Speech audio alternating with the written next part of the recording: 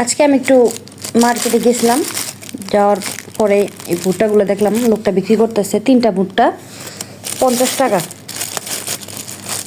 নিয়ে আসলাম। এখন আজকে আমাদের হচ্ছে গিয়া কি জানি মুভি নাইট, আমরা ছবি দেখব। তার জন্য আপনাদের ভাইয়া বলতেছে ভুট্টাগুলা তাকে ভেজে দেওয়ার জন্য। আর কি কি করবা ওনাকে?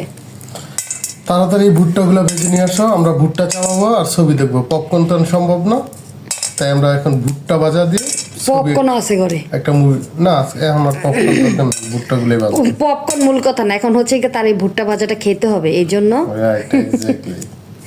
আমাকে বলতেছে এটা ভেজে দেওয়ার জন্য। এগুলো এখন আমি আসলে সবগুলো ভুট্টা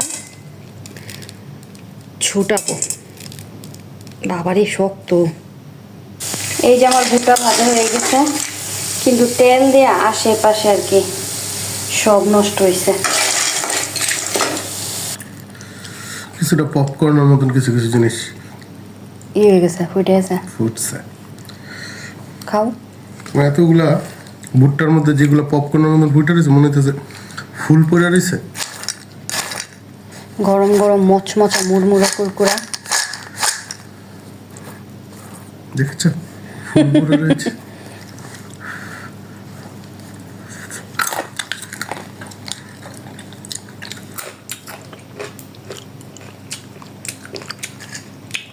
গরম গরম ভুট্টা ভাজার ছবি দেখা। কুরকুরে মুড়মুড়ে।